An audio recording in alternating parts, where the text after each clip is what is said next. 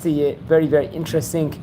We are approaching the Hilula of a really great rabbi who was actually born in Syria, and he passed away on the 31st of May back in the year 1936. His name was Rabbi Ezra, Harari, Raful, Zecher Tzedek Libracha. He passed away actually on the 10th of Sivan this week.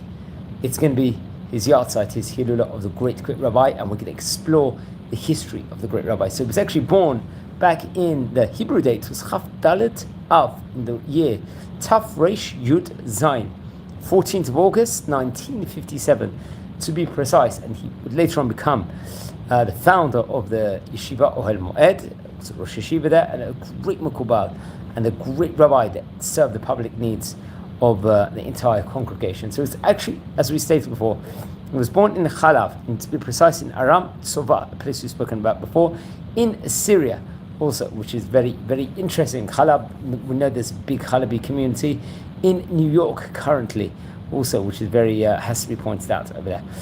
And it's interesting, his father was also a great prominent rabbi, Rabbi Yosef ben Rabbi Yosef, and Ben Harab Yeshaya, and his mother, I think, was Rabbanit Son Bol over there, which is also interesting. And they came from, the family itself came from, I believe, the Spanish Inquisition, if I'm not mistaken, many, many years before that. Expulsion naturally was in the year 1492. And he learned in the Yeshivat Rechovot Hanahar under great rabbinic auspices, including Rabbi Chaim Shaul HaKohen Dweck, who we've spoken about before, another great rabbi, and then later on learned in next to Rav Chaim Mordechai Levton, who we've spoken about, and Rabbi Mordechai Abadi, and also other great rabbanim, including also Harav Nisim Harari, who was actually the writer of the Sefer, the Alei Nahar, and other great rabbanim also.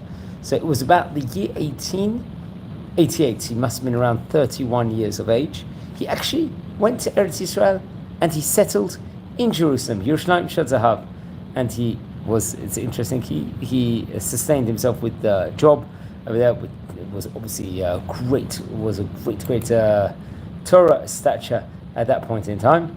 I believe he had owned a food store at that stage in time, which he opened over there. That's how he made a living. And he was one of the students of the famous Bet El Kabbalistic Yeshiva in Israel, also we've spoken about before. And when there was a new yeshiva started, which was founded at the time, which in the year 1903, Yeshivot Rechovot Hanahar, he moved there at that stage in time and learned next to Rav Chaim Shaul HaKohen Dweck, who we spoke about just a few minutes ago, and then and that was obviously very, very big honor and prestigious. And I believe in the month of Sivan in 1907, so that stage in time he was about 50 years old, he founded the famous Yeshivat Oahel Moued, which we've spoken also about before. And he actually, over there inside this famous yeshiva, great historical now, he appointed Rabbi Rafael Shlomo Laniado as the head over there. Also, he also happened to be a very, very great Rabbi, Rav Shlomo, who was also a great Kabbalist and one of the first heads of the famous Yeshivat Porat Yosef and the Oahel Moued itself, respectively. Okay, so the yeshiva was closed, I believe, 10 years after opening in the year 1917 because of difficulties at that point in time that there was in Jerusalem, and many of the yeshivot at that stage in time did suffer because of these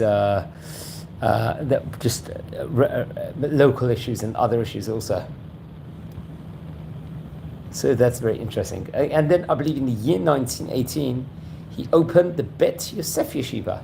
And in 1920, he founded a Talmud Torah called the Magen David, which was run, I believe, by his son Rav Aaron also. And in the same year, approximately, he was appointed to serve as a member of the Central Committee of the Yeshivat Tiferet Yerushalayim, of the Sephardic community committee in Jerusalem. And then shortly afterwards, in the year 1923, he transferred his students to the famous Porat Yosef Yeshiva, which is spoken about before. In fact, we went to one of the branches in near the Kotel. We did a video over there also. And he took on various fundraising tasks and other tasks within the grassroots.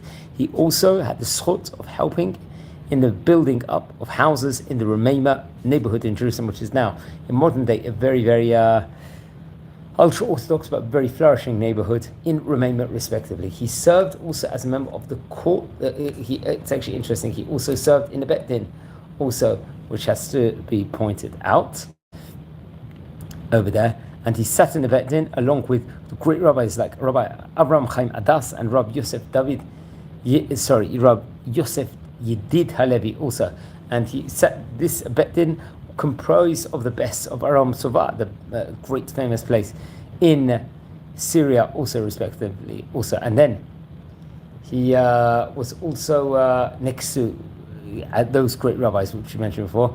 However, in the year 1936, 31st of May to be precise, he passed away, and he was buried in Har HaZeitim in Jerusalem. He passed away actually on Yud Sivan. That's why it's his Hilula this week itself. So let's just explore his family also. He left many great descendants. Also, he had 5 sons and 2 daughters. His elder son, Rav Aaron, became a great doctor, a businessman, and a rabbi in Jerusalem, also very, very prominent. Also, which has to be pointed out also. Another son of his, Rabbi Abraham Harari Raful, who we've spoken about before, became one of the head rabbis of Aram Tzubah, which had a huge prestigious Jewish community, a Torah community at the time. It's interesting also his daughter Rabbanit Esther Haya married famous Rabbi Yaakov Ades, who we've spoken about also before, very, very great rabbi, another great rabbi also, who was the head of the Porat Yosef Yeshiva, if I'm not mistaken, for 30 years, and head of the rabbinical court in Jerusalem, which has to be pointed out also. So now let's explore a bit more within regards to Rabbi. He wrote a lot of great Torah work, also including the Chachin, Ezra. What is that over here, friends? It was a leket on the writings, on the topic within regards to Torah and Musar, respectively. It was printed after he passed away, I believe in the year Taf Shin Mem Bet. And and then it came out, many of his grandsons and descendants helped within regards to it's becoming like a great work within regards to well-known also, which is very, very important to know within regards to the great rabbi. And so at the later stage, I think it was printed after his death in the year 1872, and then was reissued nearly more than 100 years later by his descendants in the year 1979 also, which is very, very interesting. So that really did happen afterwards. So he passed away in 31st of May 1936. So he must have been approximately about 30, according to some reports, as much as 70, 80 years old at the time of passing. And please, everyone, don't forget to light candles in the great rabbi's memory. He really was a great rabbi of yesteryear. And don't forget to watch over the previous videos we've done. We've covered already more than 200 great Oriental rabbis of yesteryear, and hopefully we'll be able to cover many, many more together also. So I'm wishing you brachot and blessings here from Israel.